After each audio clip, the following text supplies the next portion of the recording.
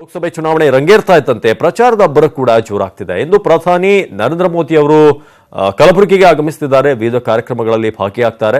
BJP ಸಮಾವೇಶ ಉದ್ಘಾಟನೆಯ ಬಳಿಕ ಖರ್ಗೆ ಅವರಿಗೆ ಟಾಂಗ್ ಕೊಡುವಂತಹ ಸಾಧ್ಯತೆ ಇದೆ. ಇನ್ನು ಮೋದಿ ಸಮಾವೇಶದಲ್ಲಿ ಉಮೇಶ್ ಜಾಧವ್ ಬಿಜೆಪಿ ಸೇರೋದು ಪಕ್ಕಾ ಎನ್ನಲಾಗಿದೆ. ಮಲ್ಲಿಕಾರ್ಜುನ ಖರ್ಗೆ ಕೋಟೆಗೆ ಇಂದು ಮೋದಿ ಲಗ್ಗೆ. ಇಂದೇ ಕಮಲ ಹಿಡಿಯಲಿದ್ದಾರೆ ಉಮೇಶ್ ಜಾಧವ್.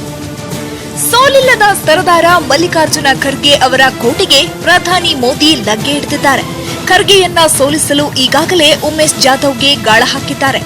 ಉಮೇಶ್ ಜಾಧವ್ ಗೆಲ್ಲಿಸುವ ಹೊಣೆಯನ್ನು ಗೃಹ ಸಚಿವ ರಾಜನಾಥ್ ಸಿಂಗ್ ಅವರಿಗೆ ನೀಡಲಾಗಿದೆ ಎನ್ನಲಾಗಿದೆ. ಮೋದಿ ಸಮ್ಮುಖದಲ್ಲಿ ಬಿಜೆಪಿ ಸೇರುವುದಾಗಿ ಉಮೇಶ್ ಜಾಧವ್ ಸ್ಪಷ್ಟಪಡಿಸಿದ್ದಾರೆ. ನಾನು ನಮ್ಮ ಮಿತ್ರರ ಜೊತೆಗೆ ಹೋಗಿ ಒಂದು ಕಾರ್ಯಕ್ರಮ ಅಟೆಂಡ್ ಮಾಡ್ತಾ ಇದ್ದೀನಿ. ಅಲ್ಲಿ ಬಿಜೆಪಿ ಸೇರ್ಪಡೆ ಒಂದು ಅಫಿಷಿಯಲಿ ಅನೌನ್ಸ್ ಆಗಿಬಿಡ್ತದೆ. ಇನ್ನು ಮೋದಿ ಎಷ್ಟು ಗಂಟೆಗೆ ಬರ್ತಾರೆ, ಏನೆಲ್ಲ ಕಾರ್ಯಕ್ರಮಗಳಿವೆ ಅಂತ ನೋಡೋದಾದ್ರೆ, ಖರ್ಗೆ ಕೋಟೆಗೆ ಮೋದಿ. ಬೀದರ್ಗೆ ವಿಶೇಷ ವಿಮಾನದ ಮೂಲಕ ಆಗಮಿಸೋ ಮೋದಿ 11:35ಕ್ಕೆ ಹೆಲಿಕಾಪ್ಟರ್ ಮೂಲಕ ಕಲಬುರಗಿಗೆ ಬರಲಿದ್ದಾರೆ. 12 ಗಂಟೆಗೆ ನೂತನ ವಿದ್ಯಾಲಯದ ಮೈದಾನದಲ್ಲಿ ಆಯೋಜಿಸಿರೋ ಬಿಜೆಪಿ ಸಮಾವೇಶದಲ್ಲಿ ಆಯುಷ್ಮಾನ್ ಭಾರತ್ ಫಲಾನುಭವಿಗಳ ಜೊತೆ ಸಂವಾದ ನಡೆಸಲಿದ್ದಾರೆ. ಇದೇ ವೇಳೆ ವಿವಿಧ ಅಭಿವೃದ್ಧಿ ಕಾಮಗಾರಿಗಳ ಉದ್ಘಾಟನೆ ಮಾಡಲಿದ್ದಾರೆ. ಮೋದಿ ಸಮಾವೇಶದ ಸಿದ್ಧತೆ ಪರಿಶೀಲಿಸಿ ಮಾತನಾಡಿದ ಬಿಎಸ್ವೈ, ರಾಜ್ಯದಲ್ಲಿ 22 ಸ್ಥಾನಗಳನ್ನ ಬಿಜೆಪಿ ಗೆಲ್ಲಲಿದೆ ಅನ್ನೋ ವಿಶ್ವಾಸ ವ್ಯಕ್ತಪಡಿಸಿದ್ದಾರೆ. ನಾವು ಈ ಬಾರಿ ಶತಾಯಗತಾಯ 22 ಲೋಕಸಭಾ ಸೀಟನ್ನು ಗೆದ್ದು ಪ್ರಧಾನಿಯವರನ್ನ ಮತ್ತೊಮ್ಮೆ ಪ್ರಧಾನಿ ಮಾಡೋಕ್ಕೆ ನರೇಂದ್ರ ಮೋದಿ ಅವರನ್ನ ಕರ್ನಾಟಕದ ಕೊಡುಗೆ 22 ಲೋಕಸಭಾ ಸೀಟ್ ಇರಬೇಕು ಅಂತ ಎಲ್ಲ ವಿಶ್ವ ಪ್ರಯತ್ನ ಮಾಡ್ತಾ ಇದ್ದೇವೆ. ಮೋದಿ ಆಗಮನದ ಹಿನ್ನೆಲೆಯಲ್ಲಿ ಇಡೀ ಕಲಬುರಗಿಯಲ್ಲಿ ಪೊಲೀಸ್ ಸರ್ಪಗಾವಲು ಹಾಕಲಾಗಿದೆ. ಕೆಲ ಸಂಚಾರಿ ಮಾರ್ಗಗಳನ್ನು ಬದಲಾಯಿಸಲಾಗಿದೆ. ಸಮಾವೇಶ ಮುಗಿಯುತ್ತಿದ್ದಂತೆಯೇ ಹೆಲಿಕಾಪ್ಟರ್ ಮೂಲಕ ಬೀದರ್ಗೆ ಪ್ರಯಾಣ ಬೆಳೆಸಿ ಮತ್ತೆ ಅಲ್ಲಿಂದ ಮೋದಿ ವಿಶೇಷ ವಿಮಾನದ ಮೂಲಕ ತಮಿಳುನಾಡಿನತ್ತ ಹೊರಡಲಿದ್ದಾರೆ. ವಿಜಯ್ ಕುಮಾರ್ ಜೊತೆ ಶಿವರಾಮ್ ಅಸುಂಡಿ, ನ್ಯೂಸ್ 18 ಕನ್ನಡ, ಕಲಬುರಗಿ. ನ್ಯೂಸ್ 18 ಕನ್ನಡದ ಜೊತೆ ಮಾತನಾಡಿದಂತ ಉಮೇಶ್ ಜಾಧವ್ ಎಕ್ಸ್ಕ್ಲೂಸಿವ್ ಆಗಿ ಕೆಲವೊಂದು ವಿಚಾರಗಳನ್ನು ಹೇಳಿದರು. ಇಂದು ಬಿಜೆಪಿ ಸೇರೋದು ಕನ್ಫರ್ಮ್ ಅಂತ ಕೂಡ ಹೇಳಿದ್ದಾರೆ. ಜೊತೆಗೆ ಅನರ್ಹತೆ ಭೀತಿಗೂ ಕೂಡ ಉಮೇಶ್ ಜಾಧವ್ ಡೋಂಟ್ ಕೇರ್ ಎಂದಿದ್ದು ಕಾನೂನು ಹೋರಾಟಕ್ಕೆ ಸಿದ್ಧತೆ ನಡೆಸಿದ್ದಾರೆ. ನಾನು ನಮ್ಮ ಮಿತ್ರರ ಜೊತೆಗೆ ಹೋಗಿ ಒಂದು ಕಾರ್ಯಕ್ರಮ ಅಟೆಂಡ್ ಮಾಡ್ತಾ ಇದ್ದೀನಿ. ಅಲ್ಲಿ ಬಿಜೆಪಿ ಸೇರ್ಪಡೆ ಒಂದು ಅಫಿಷಿಯಲಿ ಅನೌನ್ಸ್ ಆಗಿಬಿಡ್ತದೆ. ನನಗೆ ಗೊತ್ತಿಲ್ಲ, ರಮೇಶ್ಗೆ ಸ್ಪೀಕರ್ ಮೇಲೆ ಪೂರ್ತಿ ನಂಬಿಕೆ ಇದೆ. ಅವ್ರಿಗೆ ಎಷ್ಟೇ ಒತ್ತಡ ಬಂದರೂ ಕೂಡ ಅವರು ನ್ಯಾಯ ಕರೆಕ್ಟ್ ಕೊಡ್ತಾರೆ. ಧರ್ಮಸಿಂಗ್ ಸಾಹೇಬ್ರವ್ರಿಗೆ ನಮಗೆ ಯಾವ ರೀತಿಯಿಂದ ತೊಂದರೆ ಆಗಿಲ್ಲ. ಹೋದ್ಮೇಲೆ ಅವರೊಬ್ಬರು ನಮಗೆ ಸಮಾಧಾನ ಮಾಡೋರಿದ್ರು, ಗೈಡೆನ್ಸ್ ಮಾಡೋರಿದ್ರು. ಜನರ ಪಲ್ಸ್ ಗೊತ್ತಾಗ್ತದೆ. ಇಂಥ ಒಳ್ಳೆ ವಾತಾವರಣ ಇದೆ. ಜಾಧವ್ ಸಾಹೇಬ್ರೆ, ನೀವು ಬರ್ರಿ, ನೀವು ಬಂದ್ರೆ ನೀವು ಗೆದ್ದಿತೀರಿ. ನಮ್ಮ ಭಾಗ ಇನ್ನೂ ಜಾಸ್ತಿ ಉದ್ಧಾರ ಆಗ್ತದೆ, ಡೆವಲಪ್ಮೆಂಟ್ ಆಗ್ತದೆ. ಎಲ್ಲರಿಗೆ ತಗೊಂಡೋಗುವ ಶಕ್ತಿ ನಮಗಿದೆ ಅಂತ ಹೇಳಿ ಲೋಕಸಭೆ ಚುನಾವಣೆಗೆ ಕ್ಷೇತ್ರವನ್ನ ಯಾವ ರೀತಿಯಾಗಿ ಹಂಚಿಕೊಳ್ಳೋದು ಅದೇ ದೊಡ್ಡ ಸಮಸ್ಯೆ ಆಗಿದೆ. 12 ಕ್ಷೇತ್ರಗಳಿಗೆ ಜೆಡಿಎಸ್ ಪಟ್ಟು ಹಿಡಿದಿದ್ದು, ಕಾಂಗ್ರೆಸ್ ಕೆಲ ಕ್ಷೇತ್ರಗಳನ್ನ ಯಾವುದೇ ಕಾರಣಕ್ಕೂ ನಾವು ಬಿಟ್ಕೊಳ್ಳಲ್ಲ ಅಂತ ಹೇಳ್ತಾ ಇದೆ. ಇನ್ನು ದೋಸ್ತಿ ಪಕ್ಷಗಳ ನಡುವಿನ ಜಿದ್ದಾಜಿದ್ದಿಯಿಂದ ನೀ ಕೊಡೆ ನಾ ಬಿಡೆ ಅನ್ನುವಂತಾಗಿದೆ ಕ್ಷೇತ್ರ ಹಂಚಿಕೆಯ ಕದನ. ದೋಸ್ತಿಗೆ ಕಗ್ಗಂಟಾಗ್ತಿದೆ ಕ್ಷೇತ್ರ ಹಂಚಿಕೆ ಕದನ. ರಾಷ್ಟ್ರೀಯ ಅಧ್ಯಕ್ಷರುಗಳಿಂದ ಆಗಲಿದೆ ಇಂದು ತೀರ್ಮಾನ.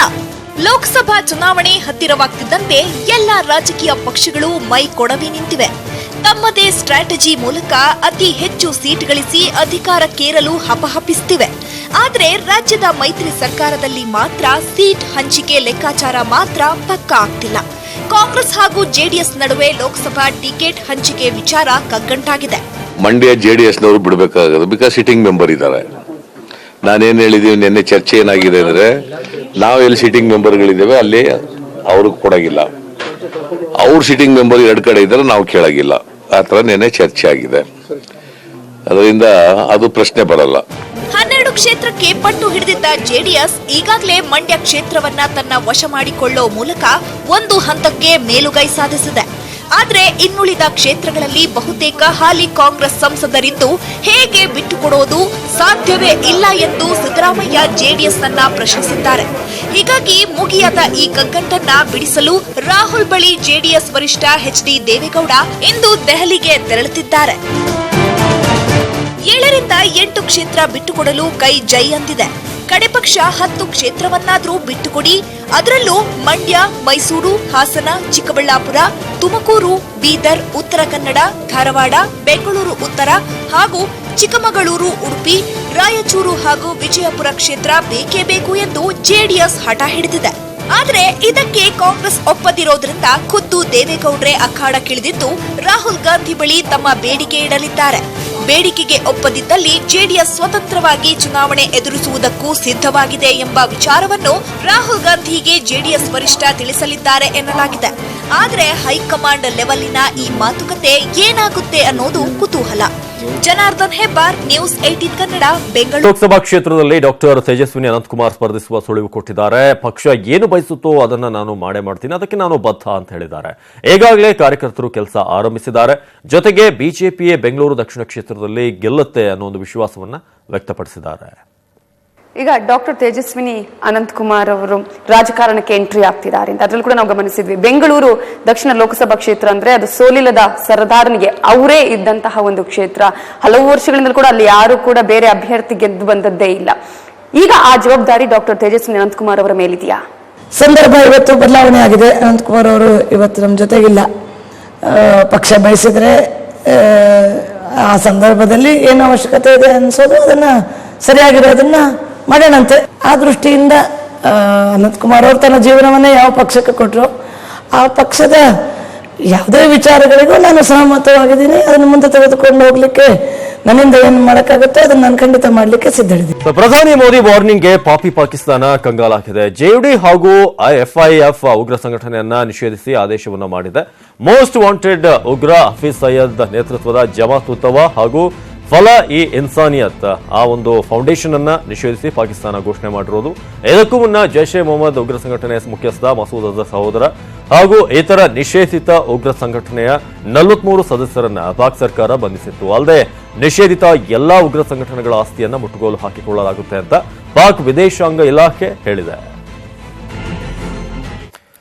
ಇನ್ನು ರಾಮಜನ್ಮಭೂಮಿ ಬಾಬರಿ ಮಸೀದಿ ಜಮೀನು ವಿವಾದದ ವಿಚಾರಣೆಯನ್ನ ಸುಪ್ರೀಂ ಕೋರ್ಟ್ ಇಂದು ವಿಚಾರಣೆ ನಡೆಸುತ್ತೆ. ಇನ್ನು ಸೂಕ್ಷ್ಮ ಪ್ರಕರಣವನ್ನ ಸಂಧಾನದ ಮೂಲಕ ಬಗೆಹರಿಸಬಹುದಾ, ಏನಾದರೂ ಚಾನ್ಸಸ್ ಇದೆಯಾ ಅಂತ ಪರಿಶೀಲನೆ ಹಾಗೂ ಸಂಧಾನಕಾರರೊಬ್ಬರನ್ನ ನೇಮಕ ಮಾಡುವಂತಹ ಬಗ್ಗೆ ಕೂಡ ಆದೇಶ ಮಾಡುವಂತಹ ಸಾಧ್ಯತೆ ಇದೆ. ಈ ಬಗ್ಗೆ ಫೆಬ್ರವರಿ 26ರಂದು ವಿಚಾರಣೆ ನಡೆಸಿದಂತ ಸುಪ್ರೀಂ ಕೋರ್ಟ್ ಈ ಬಗ್ಗೆ ಹೇಳಿತ್ತು.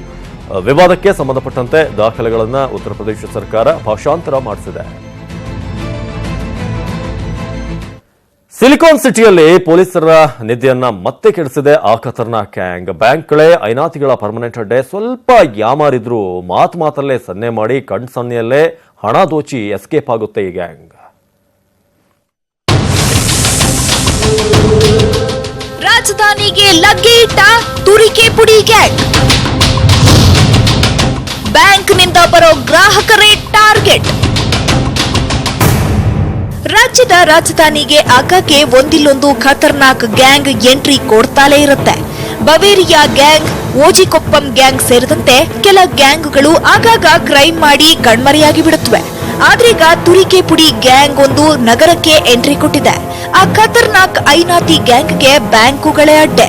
ಸ್ವಲ್ಪ ಯಾಮಾರಿದ್ರೂ ತುರಿಕೆ ಪುಡಿ ಎರಚಿ ಕ್ಷಣಾರ್ಧದಲ್ಲಿ ಯಾಮಾರಿಸಿ ಲಕ್ಷಾಂತರ ಹಣವನ್ನ ದೋಚಿ ಎಸ್ಕೇಪ್ ಆಗ್ಬಿಡುತ್ತೆ.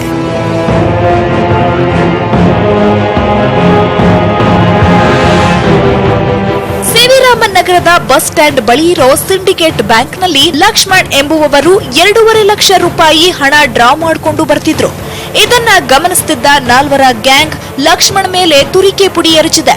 ಬಳಿಕ ಹುರಿಯಿಂದ ನರಳುತ್ತಿರಬೇಕಾದ್ರೆ ಸಹಾಯ ಮಾಡುವ ನೆಪದಲ್ಲಿ ಯಾಮಾರಿಸಿ ಬೈಕ್ ಮೇಲಿಟ್ಟ ಹಣದೊಂದಿಗೆ ಎಸ್ಕೇಪ್ ಆಗಿದೆ.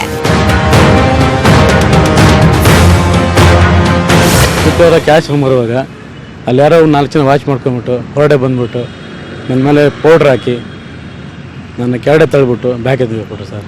ಬ್ಯಾಗ್ ಎತ್ಕೊಂಡ್ಬಿಟ್ರು. ಅಲ್ಲಿ ಅಕ್ಕಪಕ್ಕ ನಾನು ಕಿಚ್ಚಾಡಿ ಯಾರೂ ಬರಲಿಲ್ಲ, ಏನು ಮಾಡೋಕ್ಕಾಗಿಲ್ಲ ಸರ್. ನನ್ನ ಕೆರಡೆ ತಳ್ಬಿಟ್ಟು ಸಿಕ್ಕ ಭಯಂಕರ ಉರಿ, ಬಾಡಿ ಫುಲ್ ಉರಿ. ನಾನೇನೋ ಆಗ್ಬಿಡ್ತು ಅಂದ್ಕೊಂಡೆ ಸರ್. ಆಮೇಲೆ ಅಷ್ಟು ನೋಡಿದೆ ನನ್ನ ಬ್ಯಾಗ್ ಎತ್ಬಿಟ್ಟು ಸರ್. ಪ್ರಕರಣ ದಾಖಲಿಸಿಕೊಂಡಿರೋ ಬೈಯಪ್ಪನಹಳ್ಳಿ ಠಾಣೆ ಪೊಲೀಸರು ಆರೋಪಿಗಳಿಗಾಗಿ ಹುಡುಕಾಟ ನಡೆಸುತ್ತಿದ್ದಾರೆ.